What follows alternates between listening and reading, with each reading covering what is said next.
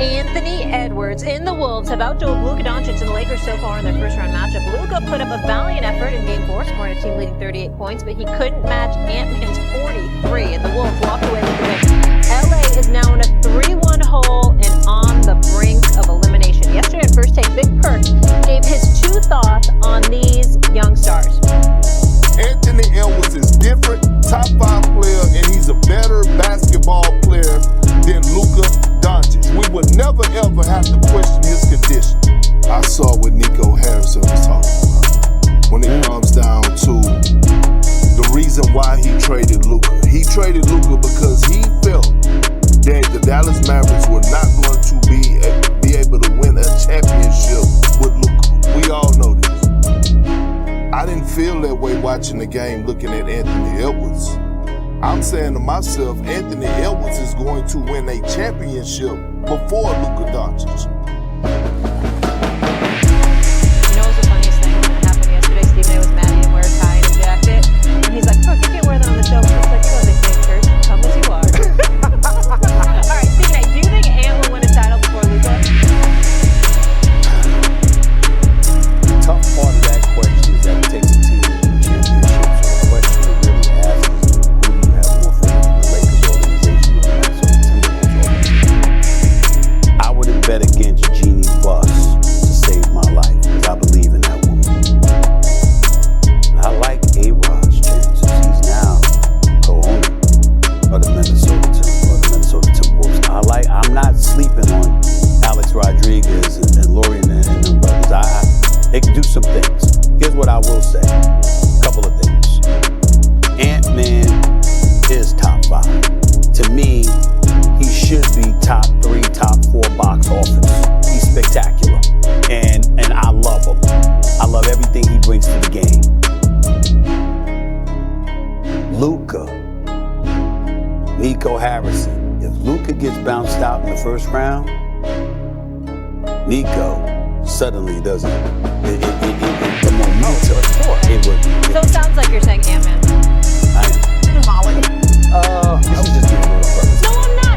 We only have 3 minutes. I want to get to everybody and make sure your position is I would say if Minnesota finds a way to get it done this year, then yes. But I believe in Jeannie Buss. I believe in Rob. What you mean by get it done? Hold up. If they win the whole thing, I think the Lakers are going to make moves that are going to put them back in the conversation again next year. So you're saying Luka? I'm saying Luka, unless they win it this year. Minnesota. Okay. You mentioned front office folks, leadership. Tim Connolly's still in Minnesota. Yeah. Orchestrator of the Nuggets. You know what he's doing? I feel like the Lakers are going to be in a tricky spot trying to link up the timelines with Bron and Luka. I still think those are both guys that guys want to play with. I think you might have to tell me otherwise. I think I'm going Ant on this one. This is a tough question though, because you're right. It is totally contingent on what is around them. But I think when I look at a guy, I don't know. Is it easier to build around Ant than it is Yes. Luka? Yes, Because right? because Ant defends. Yeah, he's gonna give you both sides of the He ball. gives you both sides of the ball. I think if we're looking at it right now and you get brilliant front office folks, GMs, and have to build because of that, I think I would lean Ant at this point. Ant wants it. Luka is just a baller. He's just a superstar caliber, supremely talented offensive player. Ant is those things. Plus he defends. Plus, as the lights get brighter, he does. Luka does it to beat you. Ant does it to humble you. He comes for you. When you see, he loves Kevin Durant. Look at how Kevin came at Kevin Durant. He loved Devin Booker. Look how he came at Devin Booker. Yeah, who can't respect Jokic? Came for him too. You know, lost to Kyrie and Luka. But remember, he made the one mistake in the jungle around the basketball court when he told just Kyrie Irving, that's not something you do. Now, if you say you're gonna drop 40 on him, but you talked about you were looking forward to defending Kyrie Irving. Now that is blasphemy. You don't do that. This is Kyrie Irving that we're talking about. Nobody should want to defend that brother because he's just on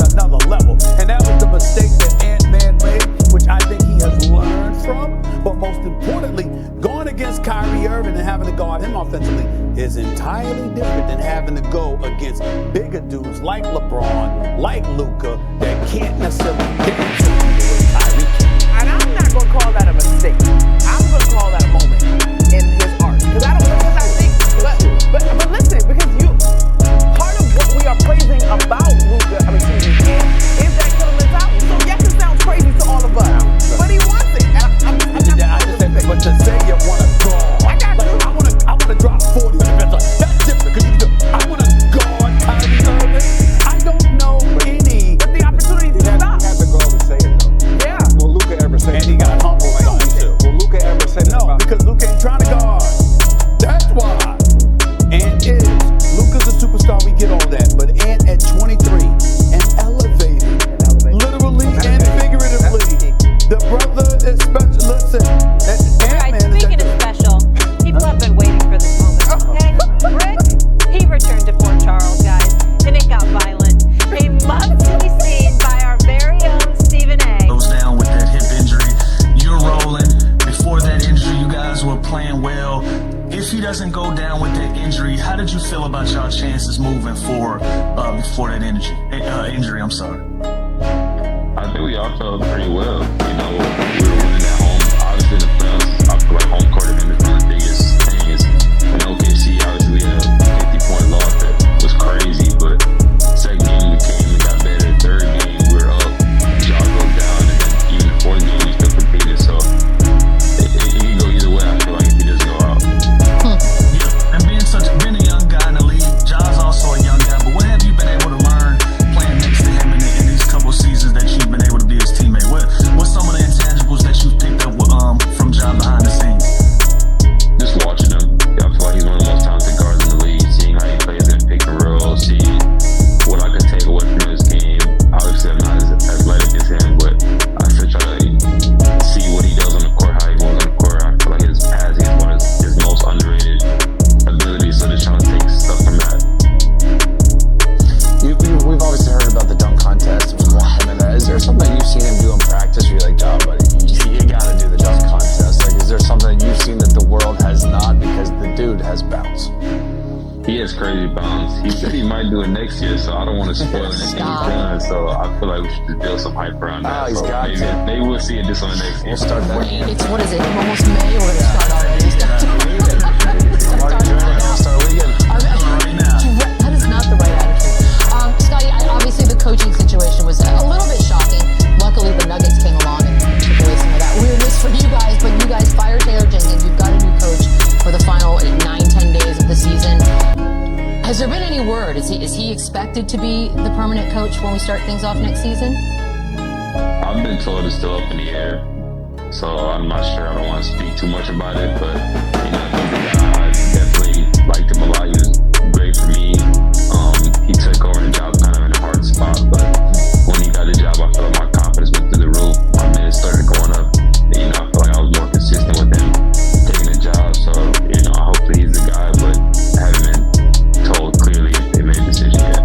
How weird is it in the building when you guys are sort of, I don't know how much you knew about the Taylor Jenkins firing. Did you have a heads up? Did you guys find out sort of seconds before the rest of us did? Was that shocking for you?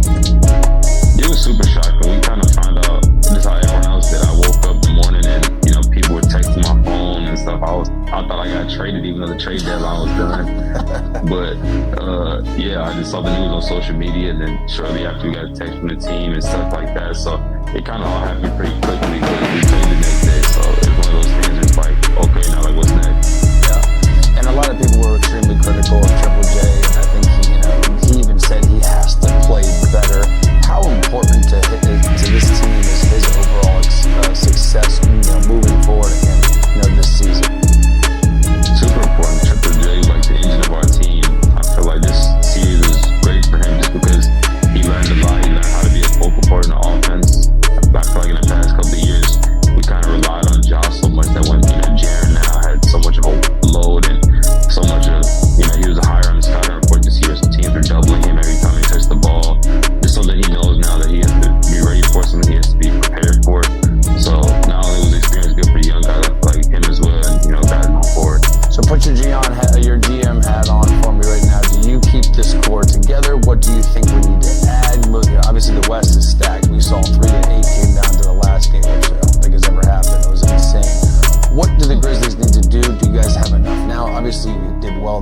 with Edie and Wells. But what really do you need to kind of put you in that contending conversation next season?